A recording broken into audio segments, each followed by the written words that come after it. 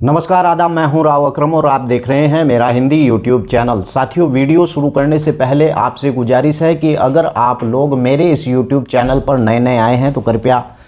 Channel को subscribe कर लें और साथ में बेल आइकन की घंटी को दबाना ना भूलें, क्योंकि जब भी मैं वीडियो बनाता हूं तो आपको ऑटोमेटिक ही पता चल जाएगा कि मैं इस वक्त आपके यूट्यूब चैनल के ऊपर अपने वीडियो डाला है। तो चलिए आज की इस वीडियो में हम विस्तार से जानेंगे। अगर आप इस वीडियो को देखेंगे तो भले ही वीडियो लंबी हो जाए, लेकिन आज मैं सब कुछ बताने वाला हूं कि खल्याण की भूमि क्या होती है और उस पर कब्जा करने से क्या होता है। साथ ही बात करेंगे, अगर तालाब की भूमि है और उस पर आपने कब्जा कर लिया है तो उस कब्जे का क्या होगा। और जितनी भी इस प्रकार की सार्वजनिक उपयोग की जो भूमि गांव के अंदर आती हैं, मैं आपको बताऊंगा कि किन किन भूमि के ऊपर अगर आपका कब्जा है तो आपको उस भूमि के ऊपर से कब्जा हटाने के लिए दबाव बनाया जाएगा। तो चलिए, ग्राम पंचायत के अंदर इस प्रकार की जितनी भी भूमि होती हैं उनके सबके बारे में आज इस वीडियो को अगर आप पूरा देखेंगे तो सब कुछ विस्तार से समझ जाएंगे।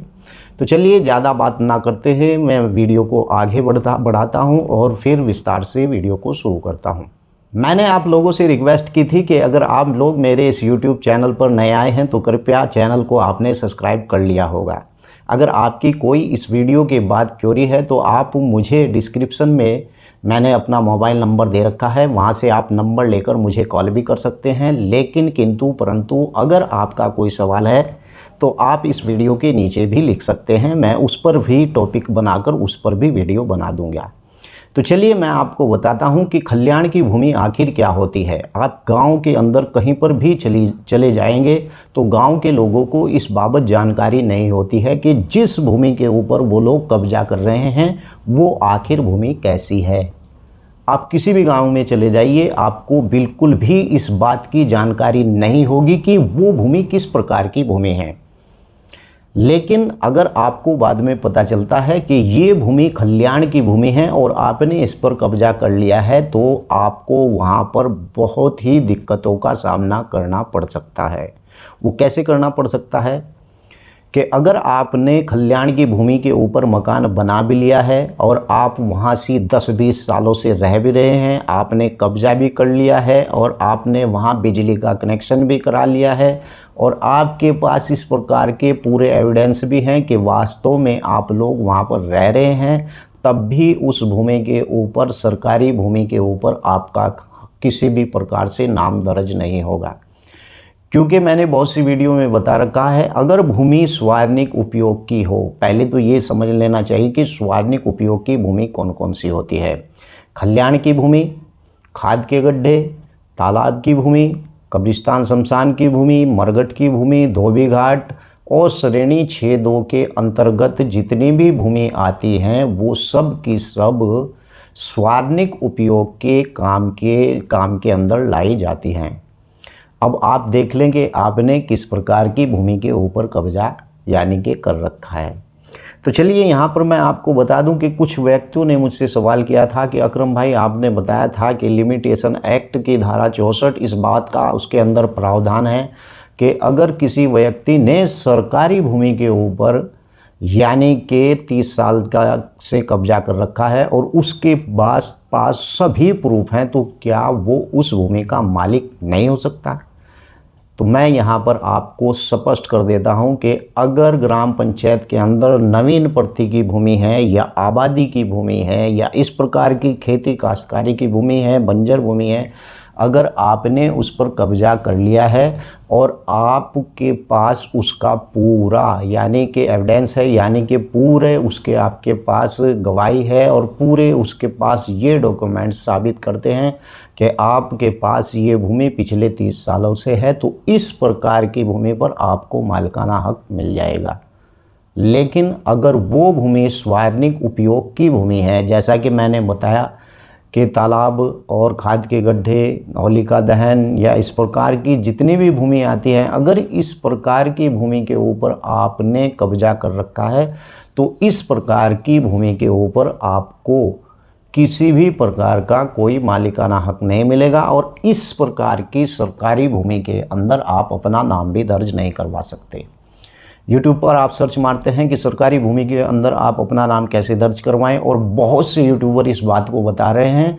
कि सरकारी भूमि के अंदर कैसे नाम दर्ज करवाएं, सरकारी भूमि के अंदर इस प्रकार से नाम दर्ज करवाएं। यहाँ पर मैं आपको एक बात बताकर चलता हूँ जो सभी यूट्यूबर नहीं बताएंगे, कि सरकारी भूमि अगर सार्वजनिक उपयोग की भूमि है तो आपका उसके अंदर नाम दर्ज नहीं होगा। मैंने पहले ही बता दिया है कि अगर नवीन प्रति की भूमि है, आबादी की भूमि है, इस प्रकार से जो है खेती के लिए बंजर भूमि है, इस प्रकार से खेती नहीं हो रही है, बंजर भूमि आपको अलाट कर दी गई है 5 वर्षों के लिए, या आपका काफ़ी सालों से उस पर कब्जा है, उस पर आपको मालिकाना हक मिल जाता है या नहीं भी मिलता है, लेकिन आपके पास उसका पूरा प्रूफ है कि ये भूमि आपके कब्जे में यानी 30 सालों से है, तो इस प्रकार की भूमि पर आपको मालिकाना हक मिल जाएगा, लेकिन सार्वजनिक उपयोग की भूमियों को छोड़कर। अब बात कर ले हैं तालाब की भूमि। सेम यही नियम तालाब की भूमि के ऊपर भी लागू होता है। तालाब की भूमि के ऊपर अगर आपने कब्जा कर लिया है और उस पर मकान बना लिया है तो सुप्रीम कोर्ट के आदेश हैं कि इस प्रकार के मकान को गिरा दिया जाएगा। लेकिन यहाँ पर एक छूट है, भूमि ट्रांसफ़र।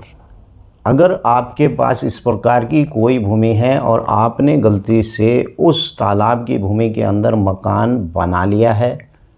और बनाने के बाद आपको लगता है, बाद में पता चलता है कि ये इस प्रकार की भूमि थी, इस पर हमें मकान नहीं बनाना चाहिए, तो आप कलेक्टर को इसकी यानी एप्लीकेशन देकर रिक्वेस्ट कर सकते हैं। कलेक्टर के मन में जो चाहे आए, यानी कि वो आप पर अगर दिया लेता है तो वाकई ही वो उस भूमि को तब्दील कर सकता है, यानी उसी भूमि के बदले दूसरी भूमि आप दे सकते हैं। लेकिन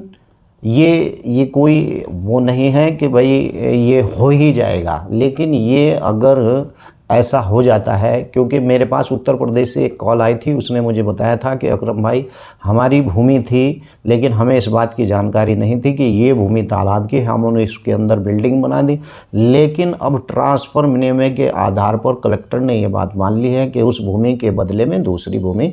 दे दी गई। तो कहने का मतलब यही है, अगर आपकी भी इस प्रकार की कोई तालाब की भूमि है तो उस पर भूलकर भी मकान ना बनाएं। आप केवल YouTube के अंदर जाकर सर्च करते हैं कि सरकारी भूमि के ऊपर कैसे नाम दर्ज कराया जाए, लेकिन आपको इस बात की जानकारी नहीं होती कि सार्वजनिक उपयोग की भूमि को छोड़कर और जो भूमि होती है ग्राम पंचायत के अंदर, उसके अंदर आप अपना नाम डलवा सकते हैं अगर काफ़ी पुराना आपका कब्जा है।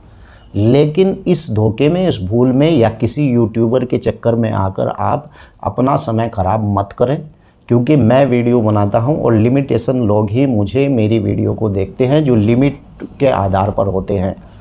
और मैं केवल ऐसी ही जानकारी देता हूं जो सत्य होती है। और अगर आपको नहीं यकीन है तो आप मेरे चैनल में जाकर देख सकते हैं। अगर कोई भी आपका कोई सवाल है तो मुझे आप वीडियो के नीचे लिख भी सकते हैं, डिस्क्रिप्शन में मैंने अपना मोबाइल नंबर दे रखा है। तो आज की वीडियो में ये वो भूमियाँ थी जिसके ऊपर आप मकान नहीं बना सकते हैं, और इस वीडियो के अंदर मैंने साफ साफ बता दिया है कि इस प्रकार की भूमि के ऊपर आप मकान नहीं बना सकते, और इस प्रकार की भूमि के ऊपर आपका नाम सरकारी भूमि के अंदर दर्ज हो सकता है।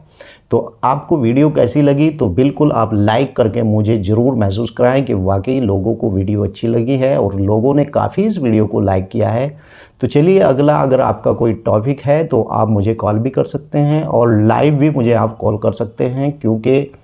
अब मैं लाइव कॉलिंग के लिए ही वीडियो शुरू करने जा रहा हूं। आप मेरा नंबर ले लीजिएगा, नीचे लिखा हुआ है डिस्क्रिप्शन में। अगर मैं लाइव आता हूं यूट्यूब के ऊपर तो आप मुझे कॉल करके अपना क्वेश्चन पूछ सकते हैं। जय हिंद, जय भारत, खुदा हाफिज।